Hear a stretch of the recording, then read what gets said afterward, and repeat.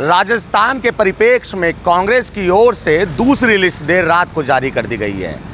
TV9 Rajasthan जो संभावितों के नामों पर चर्चा कर रहा था, लगभग उन्हीं के नामों पर मोहर लगी है। जयपुर शहर से सुनील शर्मा के नाम पर मोहर लगी है, तो पाली से संगीता बेनीवाल के नाम पर मोहर लगी है। बारा से प्रमोद जैन बाया की पत्नी उर्मिला जैन के नाम पर मोहर लगी है। इसके साथ साथ ही श्री गंगानगर से कुलदीप इंदौरिया के नाम पर मोहर लगी है। सीकर से CPIM के साथ गठबंधन हुआ है। अब आपको एक एक करके आंकलन बता देते हैं।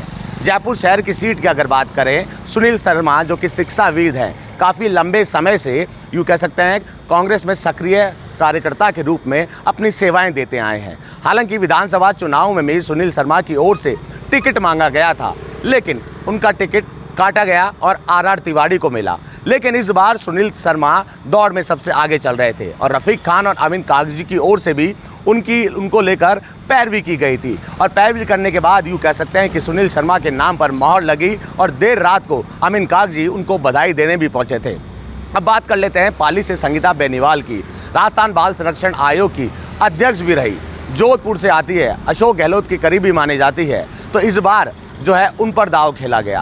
हालांकि टिकट को लेकर उनकी ओर से लगातार कोशिश की जा रही थी। पार्टी कार्यालय में पदाधिकारियों के चक्कर काटे जा रहे थे, अशोक गहलोत से भी मुलाकात की जा रही थी और अंततः कह सकते हैं कि उनके नाम पर भी मोहर लगी।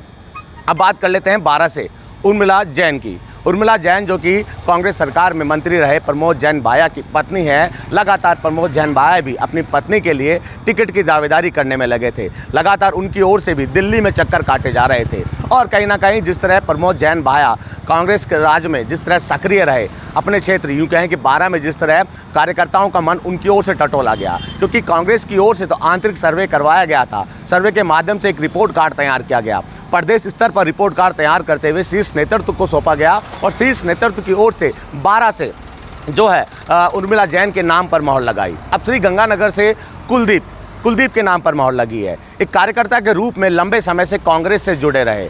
हालांकि विवादों से हमेशा ही कुलदीप दूर रहे, लेकिन जो पार्टी उन्हें जिम्मेदारी दी थी उसे बखूबी निभाते। श्रीगंगानगर में एक अच्छी खासी पैठ उनकी ओर से बनाई गई है। युवा कार्यकर्ताओं को साधने में भी माहिर हैं। जनता से जुड़ाव भी साफ तौर पर देखने को मिलता है। तो ऐसे में उनके नाम पर मोहर लग चुकी है। अब सीकर पर अटकलें लगाई जा रही थी कि सीकर से किसको टिकट दिया जाएगा। टिकट को लेकर सीकर से कई कांग्रेस के नेता दौड़ में भी थे। माना ही जा रहा था कि कहीं ना कहीं इस सीट पर विवाद भी देखने को मिल रहा था और ये भी माना जा रहा था कि PCC गोविंद सिंह डोटासरा इस सीट पर जिसको चाहेंगे उसके नाम पर मोहर लग सकती है। लेकिन यहाँ पर CPIM के साथ गठबंधन होने जा रहा है।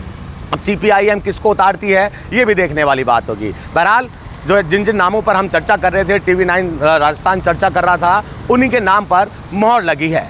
बसंत पांडे, TV9 जयपुर।